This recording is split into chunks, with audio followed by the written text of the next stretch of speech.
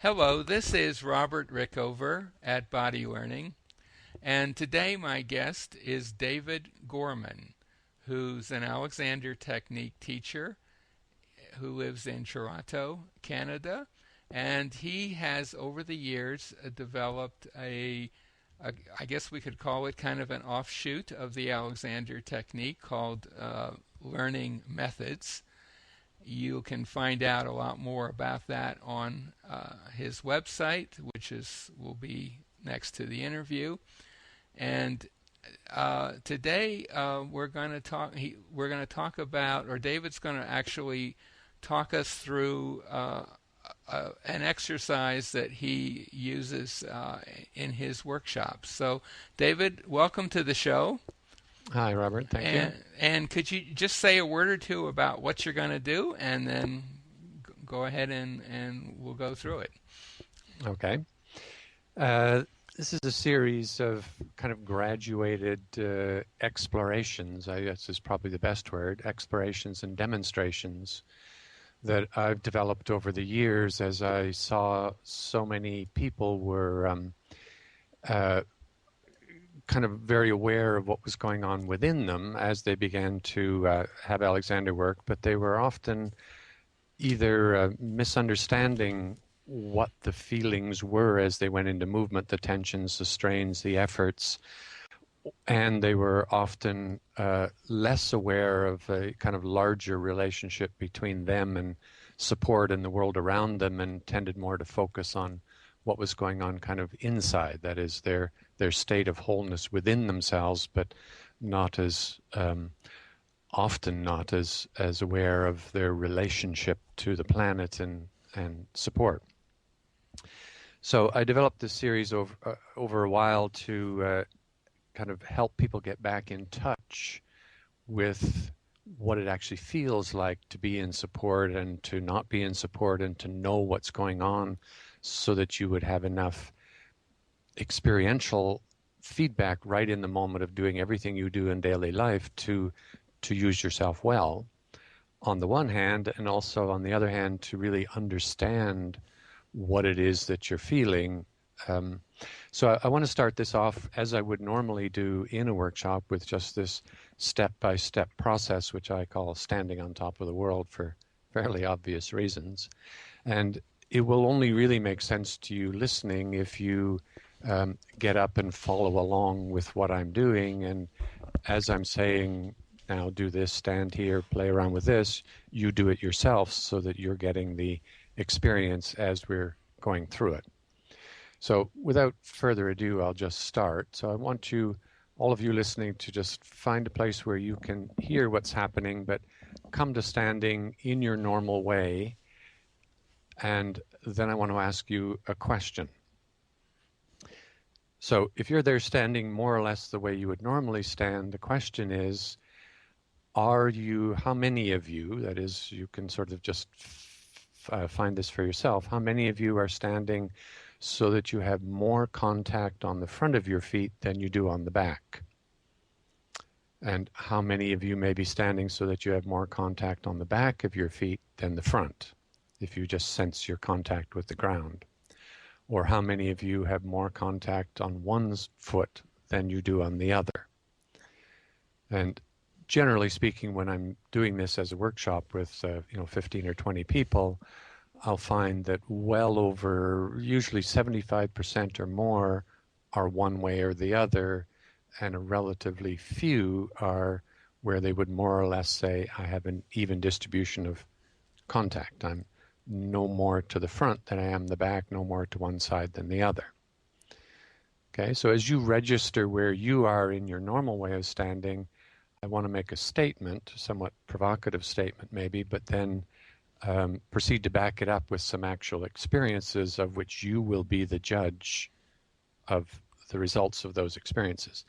And the statement is that if you find yourself at any moment when you're standing right now or during your life, so that you have more contact to the front than you do at the back, or more contact to the back or one side than the other, then you are somewhat out of support.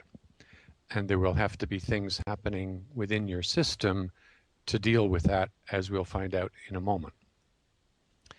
Now, by out of support, I don't mean, of course, that you're out of balance in the sense of you're falling, but that you are not as centered in your support. So let's see what that means. If you take a little moment now, as you're standing there, to come to what feels to you as a more or less even distribution of contact on your feet on the ground.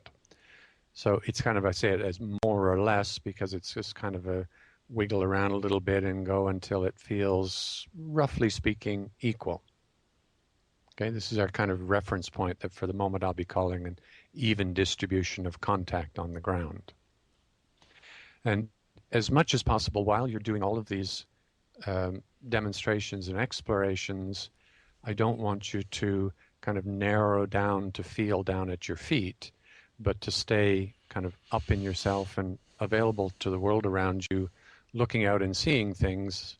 You can let the feelings come to you. That is, I'm not really so much talking about the feelings you have on the bottom of your feet, way down there, but the feeling of you, the whole you, as you move around in relation to the planet.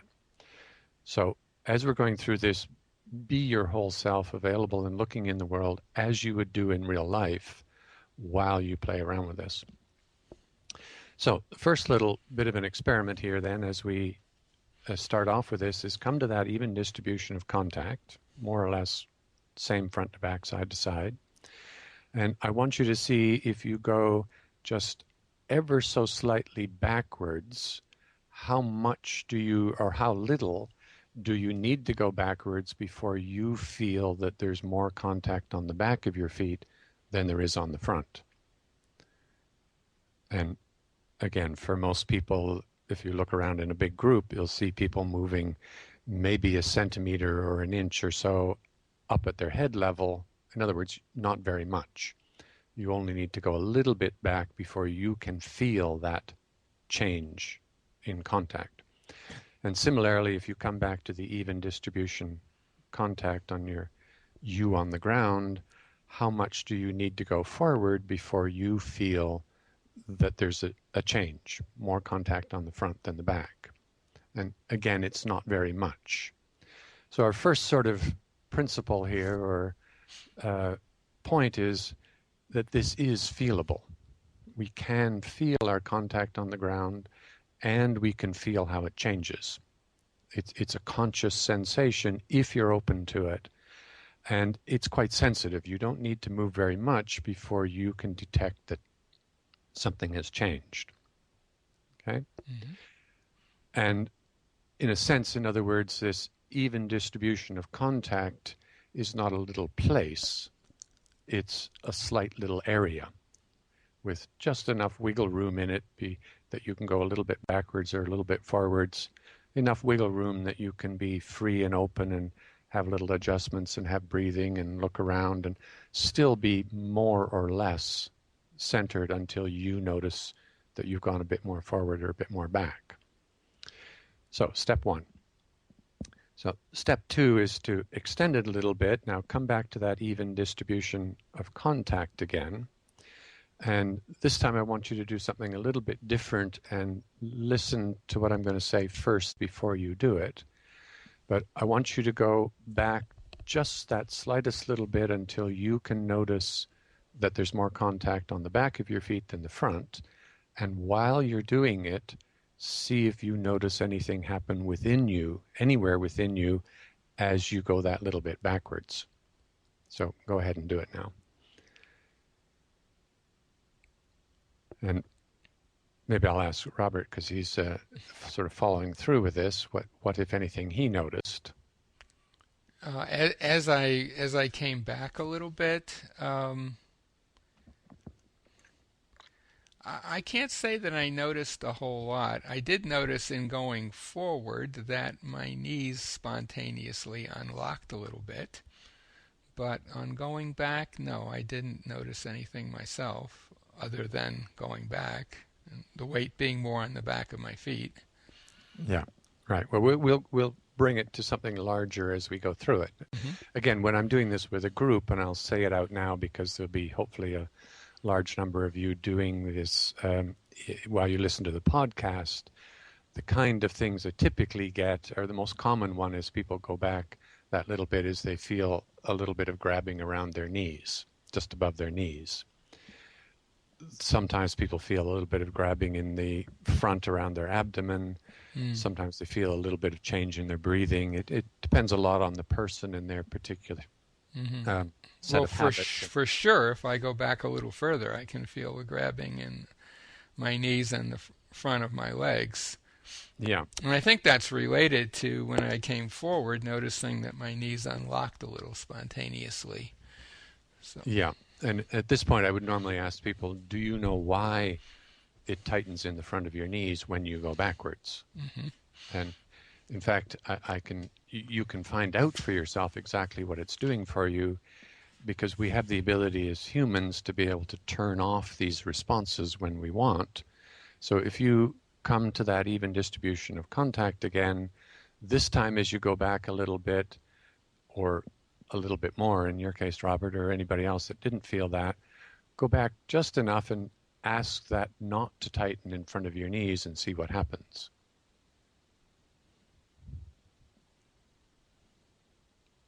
And what did you find? What I found is that some other part of my legs tightened a little bit.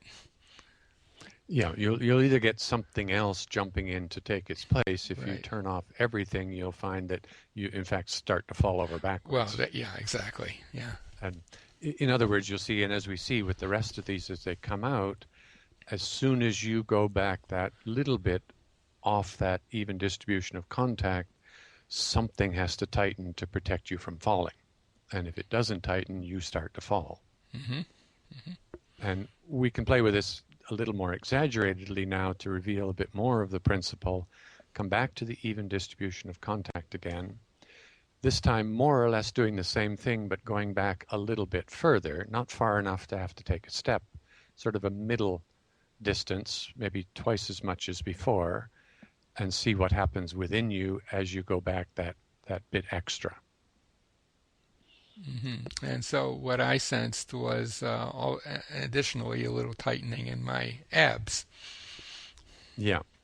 And as you play around with it, and I encourage you all to play around with this yourselves in various activities you do, because the proof of this is not in what I'm doing. These are really only demonstrations, carefully selected ones, mind you, but demonstrations to reveal some of these principles which you want to be able to explore and find out for yourselves. And so what appears to happen, well, let's finish the whole bit first here before we talk about it. Now, do the same thing, only go back even more, still hopefully without being too far that you have to take a step, but go back even more and see what happens now within you. Well, in my case, what I'm sensing is my breathing starting to become restricted. Yeah. And in addition to quite a bit of tension in the front of my legs. Yeah, so one of the things, and this is a bit of a generality, but it seems to be more or less the way that it works, is the more you go in one direction, in this case backwards, from that even distribution of contact, the more parts of you have to grab on over a greater extent and do more grabbing. So the grabbing or the holding your balance, as it were, begins to spread and become larger in more parts of you. What will start to happen too, if you exaggerate it even more, and again, this is somewhat different for different people depending on their responses and their training, is you'll find at a certain point you'll get things happen like your arms will come out in front to counterbalance. You'll begin to find yourself sort of bending in the middle so that your abdominal area thrusts forward and the top of you goes a bit back. In other words, you get compensation starting to happen. And your system is basically kind of saying, well, even all the tightening I'm doing at this point isn't enough, so I need to redistribute the masses and stick something a bit forward here enough to kind of, as it were, get back towards balance. So the main point, in other words, is that just in the going backwards, we'll not do it in a moment, in the going forwards, is that as soon as you go more or less the slightest amount off that even distribution of contact, something has to tighten within you, tighten and hold, or you'll fall over. And not just tighten and hold, but it can spread to more parts of you and even lead to a distortion of your structure into these compensations, which in effect tends to lock you more and more into a position, kind of back you into a corner from which you can't really move very much, because the moment you come out of that shape, your balance is going to be threatened. So just to see more clearly this, let's do the same thing forwards. And so come back to that even distribution of contact again, being up in the world and available to what's around you. This time start off, like the last time, with just the slightest amount forward, just until you can feel that change in the contact and see what, if anything, you feel happening within you. Well, in my case, I can feel a little tightening of the muscles along the back of my legs. Yeah, and this might or might not be as noticeable because there's a lot of habits of holding in the lower leg in particular, but again, it's those muscles at the back, in a sense, grabbing onto you and holding you from falling forwards, which you can see very easily if you allow yourself to come that much forward and turn off their tendency to grab on, and you'll find yourself drifting right into a fall. And if you go ahead and you take several further demonstrations, come back to the even distribution of contact, go a little bit more forward and see what happens.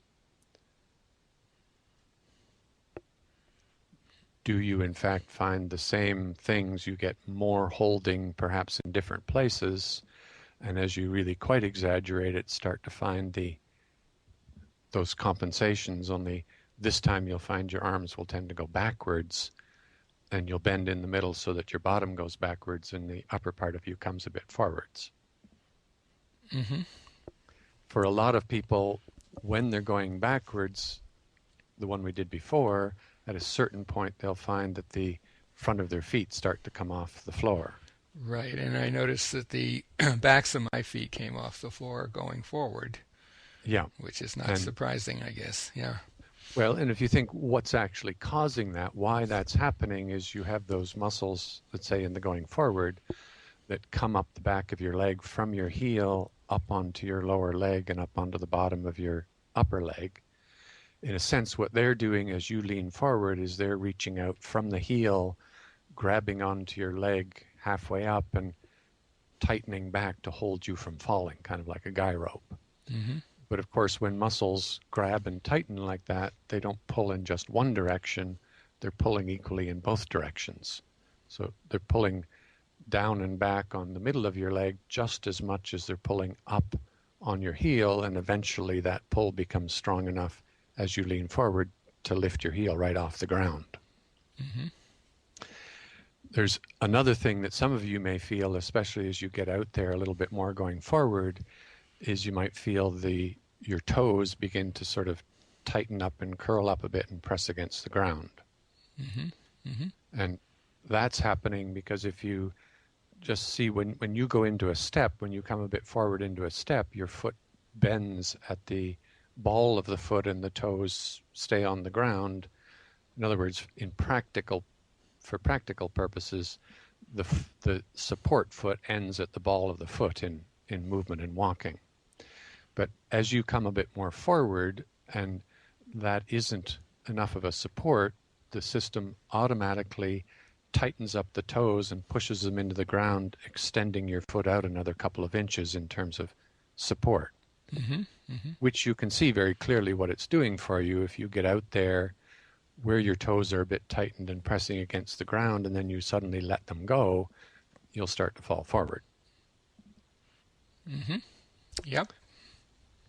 So what we've got here is another set of principles being uncovered. Is notice something when you were starting from that even distribution of contact and just going ever so slightly backwards or forwards.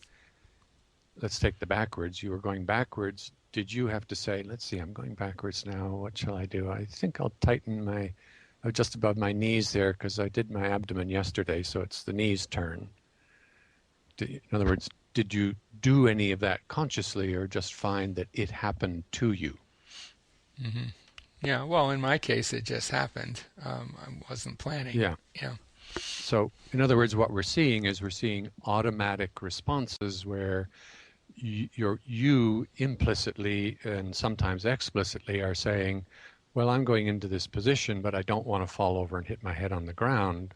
So your system is jumping into action as soon as you go off that even distribution of contact, excuse me, and immediately doing whatever it needs to do wherever it is in you to protect you. And you don't have to do it. You don't even have to know what it is that's going on, but your system does it automatically for you. Mm-hmm. Mm-hmm. So we've got the first principle is that this is conscious, this contact and the shift and changes. And you see, as soon as you go off that in any direction, automatically things start to happen to protect your balance, which is a good thing. Though those things, of course, tend to be holdings and tightenings, which squeeze your bones together and put pressure on you, hold and tighten you from freedom and distort your support and balance. And as you said, Robert, they also can interfere with your breathing and tighten you around your digestion and so on. So they have if you like, a kind of a bad side to their good effect, especially if it's chronic and it's something we're doing all the time and don't know that we're doing it. Mm-hmm. So this might be a good point to just talk excuse me, talk a little bit, just very shortly about just a little bit about what the implications of that are, that those experiments are, or really what this is leading to, and then perhaps have a second podcast for the next principle. What do you think about that? Yeah, that's a good idea. At this point, I would probably do precisely that as we get this out and go, if you who are experimenting with this can start to see now, isn't that interesting?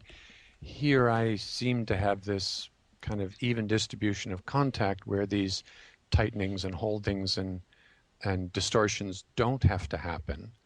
But as soon as I go off of that, in a more or less noticeable way, it seems that they inevitably happen and there's simply no way I can stop that.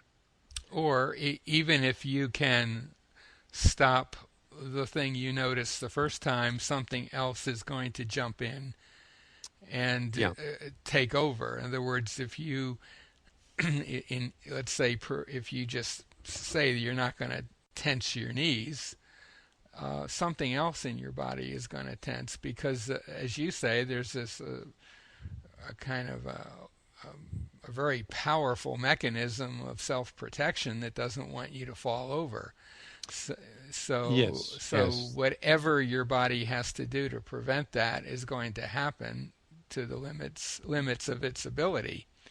Yeah. And I'm what I'm sensing here is that what you're saying is to become aware of that, to actually use your awareness of those protective mechanisms as a means of perhaps, and I'm maybe jumping ahead too far here, but as a means of as kind of a guidance to how to know when you're standing more or less in balance. Yes. So see, in a sense, the implication of this is that if this is true, and here's where I think all of you listening need to play around with it and go, is this really what happens to me? And is there any other way to interpret it than this? But in effect, what I've been calling so far this even distribution of contact, which is kind of just simply a description of a feeling and how it changes, we can now get a little bit more of the significance into it by changing the name, because in fact it appears to be more or less where the center of your support is. When you are more or less in an even distribution of contact as you feel it on the ground, it appears you are more or less centered in your support, and the minimum needs to happen for you to be able to stay where you are. As soon as you go out of it, something has to leap in and tighten and hold or distort. And of course, in one sense, there's nothing wrong with that. We do lean over, we reach out, we do various things. But if we're not aware of that and we're not picking up on the feelings that show us it's happened, it's all too easy to have it not be just a little momentary thing that we know is going on, but become such a habit that we no longer even feel it and just start to feel that those holdings and tightenings and distortions is the normal me. And we not only then get into habits of tightening and holding and restriction, we don't even know it's happening. In fact, we've kind of literally lost touch with this vast amount of information that's constantly showing you where you are and how things are changing and how your system is responding. Mm-hmm. So what I'd like, to kind of end this, and what I would normally do at this point before we move onwards, which we can maybe do in another podcast, is to say to people, if this intrigues you at all, then get out into your daily life and just see, without actually trying to change anything in the first moment, but just see, can you alert yourself at various times during the day to see, now where am I in my support at this moment? When you go to brush your teeth at night, do you find yourself in a centered, even distribution of contact while you're brushing your teeth, or do you find yourself kind of reached way out forward over the sink with your toes tightened and your system having to grab and hold you? And just to notice it so that you can go, oh, look at how I've gone into that, and I wasn't even really aware that it was happening. In fact, for those of you that when I asked that very first question of where do you find yourself when you're standing, more to the front, more to the back, more to one side or the other, to even ask yourself now, were you aware of that? Did you know that was happening? And does that feel familiar? In other words, is that happening in most of your standing? Mm-hmm. And were you aware of the implications of that as you stand a bit to the back, that things have to tighten? Because if you weren't, of course, then you were, in a sense, forcing yourself to do holding and tightening, no matter how much you might be trying to be free, that you just simply cannot get around. I mean, there is no way, no matter how well you use yourself, to violate this and be off that center and have a freedom. You may or may not feel it all that well. Mm-hmm. If you've opened yourself up and distributed the holding throughout your system, but I want you to actually, the proof of it is in the actual experiences. So if you go out in your life now, between now and let's say maybe the chance we get to explore further in the next podcast, and just see if you can alert yourself enough to go, where do I find myself when I'm standing at the bank, when I'm doing my teeth, when I'm doing the dishes, when I'm cutting vegetables, when I'm, whatever it is you might be up to, just to go, oh, that's my habit. Did I know that? Mm-hmm. And can I feel what's happening within me? Then the second part, just to finish now, is after you've noticed what's happening, if you find yourself off that centered support, that even distribution of contact, just see what would it mean to come back to it very simply and see over the next moment or two, does that make a difference to me? Can I actually brush my teeth or cut those vegetables within that centered support? And how, if any way, does it actually affect me? And that's probably a good place to stop for now. In the progression of all of this, of course, this would only be the bare beginning, maybe the first hour by the time we integrate people's questions of a 2-day workshop. But for those of you more interested in going on a little bit or following this up in probably greater depth than we can even do in a few of these podcasts, I do these workshops quite frequently, so you can check where they might be happening on my website, LearningMethods.com. I also have a recording of a complete workshop, actually parts of several workshops for sale if anybody does want to kind of get those and follow it through on their own, I think you can get almost as much from that as a workshop, except of course you can't ask questions. And I'm in the process now of putting this all together into a book. People have been transcribing the material and it's beginning to be edited. But Okay, anyway, so why don't we'll end this this podcast. This is Robert Rickover at Body Learning, and my guest has been David Gorman, who's an Alexander Technique teacher who has developed kind of an offshoot, I guess we could say, of the Alexander Technique, Learning Methods. He lives in Toronto, Canada, and does workshops around North America and I guess around the world. Mm-hmm. And we will be doing a second podcast momentarily, but it will probably be posted a week or so later. David, thank you so much for being on the show. Pleasure. Thank you, everybody, for listening.